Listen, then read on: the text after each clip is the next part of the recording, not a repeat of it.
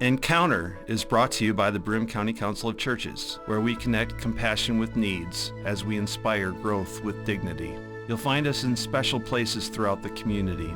For those who remain hungry, we provide meals. For those who are challenged, we build wheelchair ramps. We comfort those who are ill, minister to those who are confined, and we remain an advocate for change and understanding on behalf of every element of our community. Connect and inspire. Encounter the Broome County Council of Churches. Good morning and welcome to Encounter. I'm Reverend Rachel Helgeson and I'm the pastor at Northminster Presbyterian Church. We are so glad that you're able to tune in with us today, especially in the midst of thinking about how God is working with us as we are distance apart from one another. I'm so glad to welcome my guest, Reverend Michelle from Central Methodist Church. I said Presbyterian because I'm Presbyterian. I know that okay. You're not. We're all in this together. Right? And we were just talking about how we're all a little bit in a fog because the world has sort of just changed very quickly. And part of that has been thinking about our worship spaces and how our worship spaces and the way we do worship has changed so quickly too. Radically. Yeah. So would you talk a little bit about what you experienced as far as worship, especially leading up now. We're getting very close to the Holy Week. Holy Week and yeah. Palm Sunday, Holy Week, Easter. Yeah. And all the uncertainty around that. At Central, we've had it a lot easier, I think, than a lot of my colleagues are finding in their churches because we've already been set up for live stream and taping for cable TV and all of that. So we already had the equipment. We didn't have to scramble to find equipment. We didn't have to scramble to find folks who could do that stuff. And I've been so blessed that I haven't had to sort of learn on a curve how to do all that instantly. So we've been live streaming all along from our sanctuary and made some significant changes to what our worship format looks like, just by virtue of the fact that suddenly a large sanctuary is very empty with nobody in it. Oh yeah. Yep. And how do we change worship format to meet that awkwardness, and how do we change the worship format to provide something for folks at home watching suddenly on a screen instead of surrounded by the experience of worship? And how do you change things to do that? So that a lot of conversation around that and putting that together. But we've been able to continue meeting together, but 6 feet apart. Well, first 3 feet apart and then Right. 6 feet apart. Right, and washing your hands. Washing hands, Yep. sanitizing everything. We've got a wonderful custodian at our church who has been teaching us actually how to sanitize media equipment, which is a different ballgame. So what are some of the things that they've suggested? I mean, it's not something you think about all the time, right? He's sanitizing. Now, see, I'm not part of this conversation. That's okay. But, what I know about it is it involves a lot of rubbing alcohol and a different kind of wipe. And so all the equipment's been sanitized. We've been learning how to do that. I haven't. I've been learning how to preach to nobody in the room. Right. So what's that experience been like for you to be able to actually physically be in your space, but have It's been doing wonderful. worship that way? I think listening to my colleagues all over the place who are feeling sort of displaced and in exile from their churches, I haven't had that to the same extent, and I think that's a blessing for me. It's helped me deal with the rest of the stuff. But it's being there, but it's not being there, because without the people, it's incredibly different. Right. Well, I saw a priest who took pictures of all of his congregants and put them all in the sanctuary so he could, even though they physically weren't there, because I think he also was still taping in his sanctuary. Yeah. He took a picture, somebody took a picture from back, so they could say, like, I still see you, even though you're physically not present, which is a weird thing to think about, right? Because how we talk about worship, all faith communities talk about this, about the gathering, and what does that look like when we're gathered. The church is the people, right? Right. And what do you do when suddenly there's no people? Right. I did see a funny sort of follow-up to him putting the pictures in his pews that, somebody got mad because their picture was in, somebody else's picture was in their seat. That sounds about right. So, I think we're all making adjustments and all figuring out new ways to be church. And that's not just worship, but, Right. What do we do about all our ministries and all the work we do in our communities when suddenly the community can't come use the building, and what happens to food pantries and clothing closets and community meals and all of that. And we've been doing a lot of that adjusting too. Yeah, and you all do a lot of community service as well, so that makes... We do. Yeah. Our weekly community dinner has turned into a walk up or drive up takeout. Oh. And it's been wonderful to see the folks who work in these ministries, who put these things together, all these volunteers thinking all of a sudden of brand new ways to do the same work, to serve the same needs, and ramp up a level of safety that we've really never had to worry about before. It's so true. It is. So you're seeing things like we're doing takeout from outside the church building, and we've got tables set up, sort of a double deep table, 2 tables, right? So they're 6 feet apart from the people they're handing food to. And Chow's been wonderful. We're so grateful for the 5-day food packs that have been delivered to the church, and we're handing those out. It's just a whole new way of thinking about ministry. It almost sounds like you're, for a Christian, this about doing communion almost. We're doing communion by doing church in a different way, to be passing out people, food to the people. We are the body of Christ, right? Yep. And this is the body, and this is the bread, and this is the life. And it doesn't have to be that piece of bread and that cup of juice on Sunday morning, once in a while. We're having that conversation too. This is a communion Sunday in many United Methodist churches. So how, we've got folks saying, I'm really going to miss communion. And actually, that's something in the Presbyterian church. We've had the same conversation. All these clergy are like, what are we going to do? How do we do this? Are we allowed to do this? And traditionally, in our book of order, nope. Nope, us either. But our stated clerk, which is the closest, the Presbyterian would be very uncomfortable saying this, but I will say this anyway. So you're going to say the word. The closest that we have to someone being a figure bishopy type person, but they're not. So I know this is making a Methodist and my Episcopalian and Catholic friends all laugh. But our General Assembly said that because of the situation that we're in, that each congregation can make that decision for themselves. Wow. So their sessions, so that's our board of directors, our leadership can each go back and sit down and say, is this something that we want to do now, or is this something that we feel needs to be in person? And so each congregation is having a different conversation around that. My congregation hasn't even talked about that yet. And it's unprecedented. Yeah. Each of our denominations has its own sacramental theology, and what do we do about the body together in experiencing this sacrament? And in United Methodist polity and doctrine, we don't do it without the gathered community. Now, that's not to say we don't have United Methodists all over the country who are doing it anyway. Right. But there's an important conversation to be had about, is this the time to be sitting in our sacramental theology, or is this the time to figure out ways to be the bread and the wine and the body? Yeah, and it's a tricky question because each community of faith, I think, has a different way that they're approaching that. And what's been interesting is to talk beyond Christian, to talk about within our Abrahamic faiths. Rabbi Barbara Goldman talked about how they're doing at her synagogue. They're going to do Seder via Zoom. And that's again talking about how folks are supposed to usually be gathered physically together doing a Seder.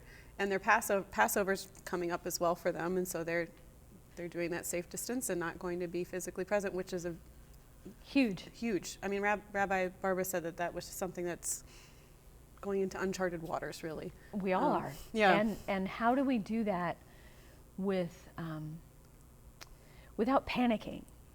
I've seen a lot of work and a lot of busyness happening among my clergy colleagues of all faiths, that suddenly they've gotten very busy, and And I think that's an anxiety response. Mm-hmm.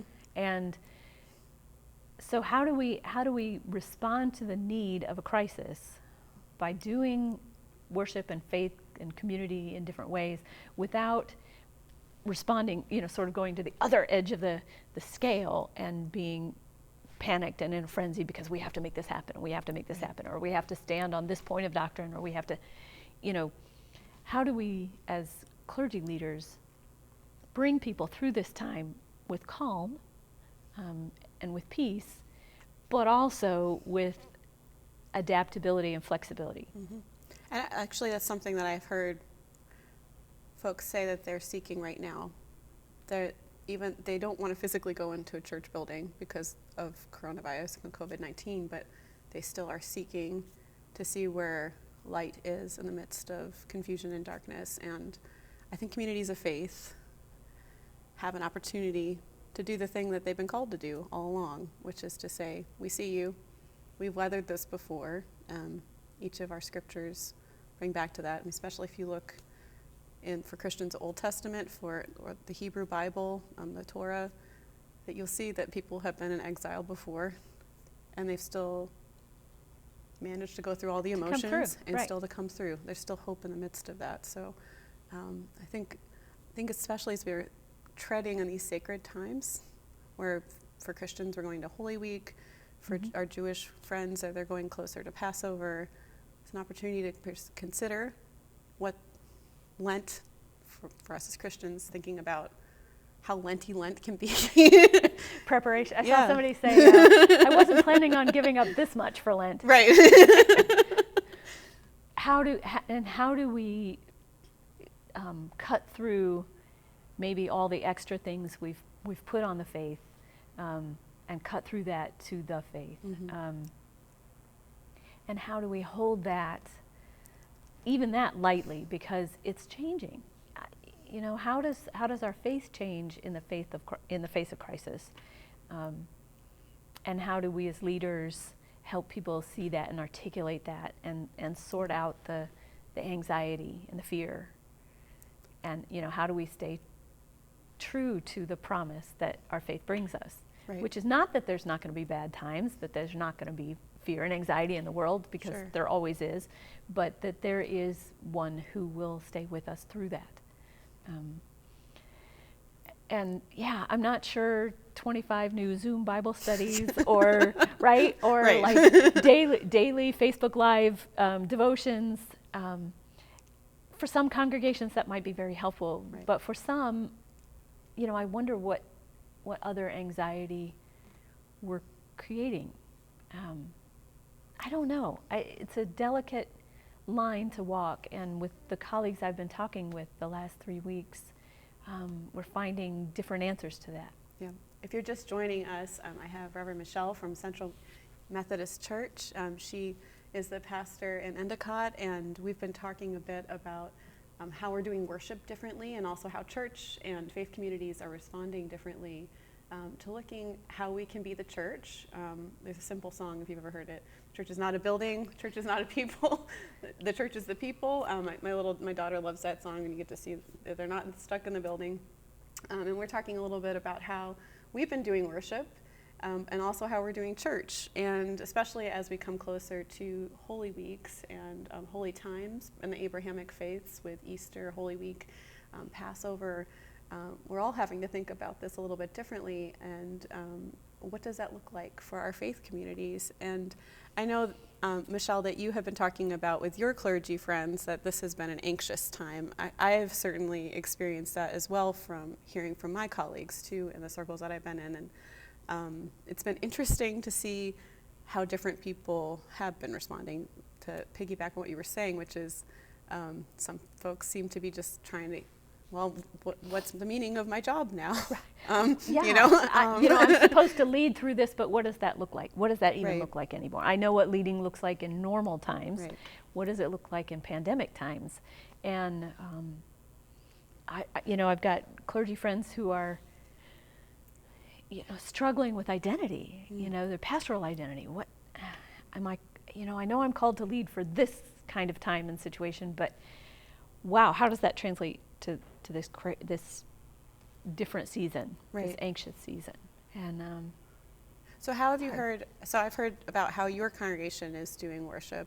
How have you heard some of your colleagues are trying to lead worship in their spaces and places? a lot of folks, their buildings are shut down entirely, and particularly small rural congregations. And so pastors are learning on the fly how to do Facebook Live and how to do groups by Zoom. And for some, it's a hard learning curve. For some, the production isn't hard, but helping parishioners buy into it has been a struggle. And for some, they're finding the suggestion of doing things online and with technology is being embraced by congregations they never would have thought would have said Gone yes. for that, yeah. Exactly. So, it's just an amazing sort of revelations all over the place, whether it's on Right. parishioners' parts or on the clergy who lead them, saying, oh, I never thought they'd do this. And they are, and they love it. And so I think as this goes further, they're going to get better. We're all going to get better at doing this. But I think we're also going to discover what's been extra that we just don't need to keep anymore. And what can we start that we thought we never could. And in our context, I've been joking with my congregation. So if I mentioned bishops earlier, now I'm going to mention Calvin now. So hold yourself, you're going to be okay. Okay. I know for Wesleyan this might be a little bit. Thanks for the warning. Yeah, I just wanted to have you brace yourself first. As far as I've been doing worship from my couch for our congregation because we have been doing Facebook Live, but we don't have all the equipment. We're working on that, but we want to do it authentically, and so we've tried to do it in my most neutral space in my house. Although my kids still have photobombed, and it's been wonderful and also its own thing. But what's been curious to me is that as far as our music goes, this is where John Calvin comes in. The music has been on a clip beforehand. We've pre-recorded those, or a clip at the end, but not during worship. Right. So I feel like for those of you that may not be as familiar with John Calvin was very much like smash all the things and tear down the organs. And no more music. And no more music, and we literally have, at least for You're the last couple returning to weeks, your have roots. returned back to our Presbyterian Calvinistic roots. I think it's very funny. And Irony. if you know a little bit about me, it's even funnier because my background is in music. So here we go. God has a sense We're of all humor. doing different things that So- we never thought we would do. Absolutely. So it's just, there's one of those things. And I know some of my colleagues also have, some of them are pre-recording, and some are doing it live. My dad, who's a little bit older than me, is, I hope so. Yes. I'm trying to be polite because he's probably listening, and I just want to love you, Dad. He has more seasoning as a pastor. There you go. Thank you, Michelle. We're recording him, and he's sending in an email to his congregation. Right. It's just a little message and the scripture passage, and it's been really meaningful for that congregation. So there's a lot of different ways. So many it's different happening. ways.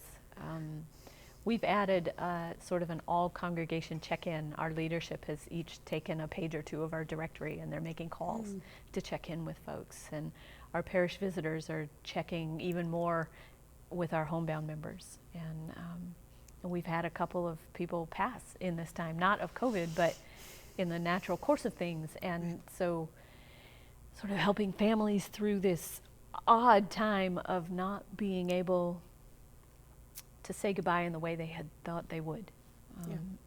All these things we never thought would have to adjust when we started this 3 weeks ago. Suddenly you're having to rethink every aspect of ministry and how to keep people connected while they're apart. Right. And I know that for some of our older congregants that are not as technologically connected, that's been it's a different challenge to think about how are you connecting with your younger folks and saying, okay, because they're really technical, sure, technology, whatever, but some of our older folks, Zoom has been helpful because you can put them on a phone call. They don't have to, they can get on their phone and dial in, or just having somebody make a phone call They're not necessarily going to answer a text message, but they'll answer the phone to say, hey, how are you doing? How are you holding up? And how do you balance those, how do you look in the long view?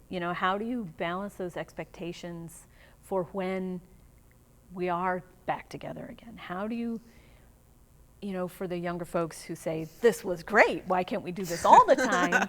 And for the older folks, or the, folks who've been part of congregations for 50 and 60 and 70 years saying, boy, I'm glad that's over and we can get back to normal. And so how do you think now ahead that far? I mean, most of us are stuck sort of in this moment because we're trying to put out all the fires around us right here. But how do we look ahead and say, when we come back together, I mean, I know at Central, when we come back, we're going to do Easter, whatever Sunday it is that we come back together. We're going to do Easter. We're going to have the music and the stuff, right? And I don't know what the scripture for the day will be because I don't know what day it is. And, we'll probably bring back the Easter scriptures because that's a way of signifying that, we've come out of this time. But then, even the gospel stories of the resurrection day, tell us that things can't ever be the same after this moment. So, so we're all back together. Now what? Do we go to Galilee and start all over again? Or do we, go on as the resurrection faith? Or what do we do? Well, and even in the Easter story, I've heard a lot of folks reflecting on the fact that it's the women who went to the tomb, just a couple of them, and the disciples were up in the upper room waiting scared. Hiding. And up until now, I've been really mad at the disciples for that. Like, why didn't you get out of your room and go and try to see what's there? And there's actually been thinking about it differently. Maybe they couldn't go because their faces were recognized. Maybe the women were able to go because they recognized what they needed to do, and and if you read the scriptures, they do wash their hands and take care of the oils and ointments. Maybe sometimes we just need to stay in place. Sometimes we need to move forward. And then what does it mean with the grief afterwards that things have changed drastically? And that's part of, for Christian tradition, part of our story too, that we don't always talk about the resurrection piece. Okay, so Jesus is back. Now what? Now what?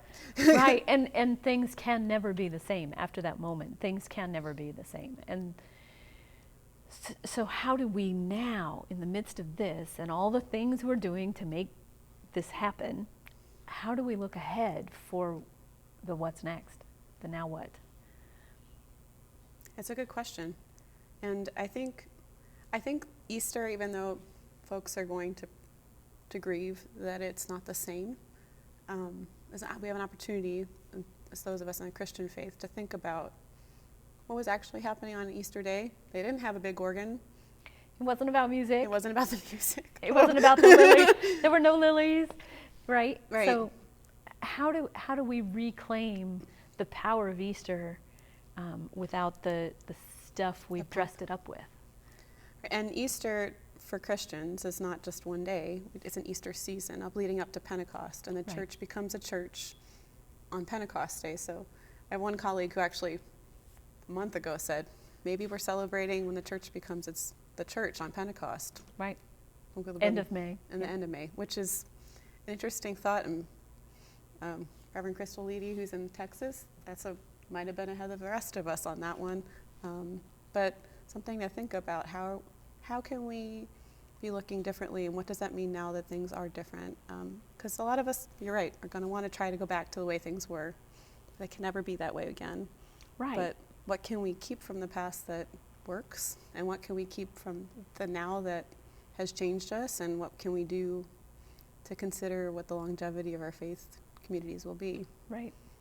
I think there's a lot of conversation happening around the Christian connection that is this another Reformation? Is this sort of have we been heading into one anyway, and this has just sort of been the catalyst for really examining what the tradition and what the faith looks like?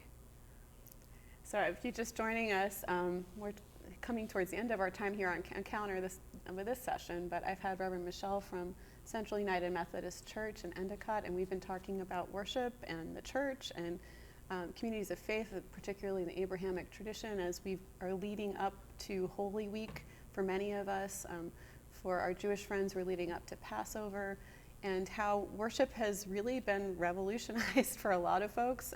For Michelle's congregation, it has been fine-tuned using the things that they've already had in place. For some, that means being in worship as a pastor by yourself and leading worship to an empty congregation. For others, that's meant being straight in where you are in your home and having sort of a neutral background and looking at that. For many who are not broadcasters, who have maybe never been on Encounter, have never walked into a studio like WBNG, this is a huge learning curve. So if you are a parishioner and you're part of a community of faith, or you have been looking for a community of faith, I encourage you to find one where you are able to connect. But also to encourage your faith leaders to take a breath, that you are praying for them, to say to them, thank you for all that you're doing. You've learned so much and you have provided so much for us, and we feel connected, and we are grieving too because we know that it's really different. But we see you and we appreciate you. It might seem so small, but trust me, I'm sure Michelle can agree on this with me, is that if your faith leaders hear this, they'll know that what they're doing is enough. And making a difference. And absolutely making a difference. So that's something that you can do. You don't have to be physically in the space with them. You can keep your 6 feet apart, can wash your hands, stay at home, but maybe you just send a little message to your faith leader and say, thank you, we love you, we see that God is with you and the light is with you. And as a Presbyterian, I would say the light of Christ is with you in this time as we lead towards Holy Week. And yes, we have had the lentiest Lent of all Lents, but Easter is still coming. For those of you that are in the Abrahamic traditions, know that you have been in exile before, but you know that that is not the end of the story. To know that we still will get to feast in new and different ways, and to see the light of God in the midst of all of that. So thanks be to God for you. Thanks be to God that you are with us, but also continue to remember to wash your hands, keep a safe distance, and if you need help, it's always okay to ask for help. Blessings.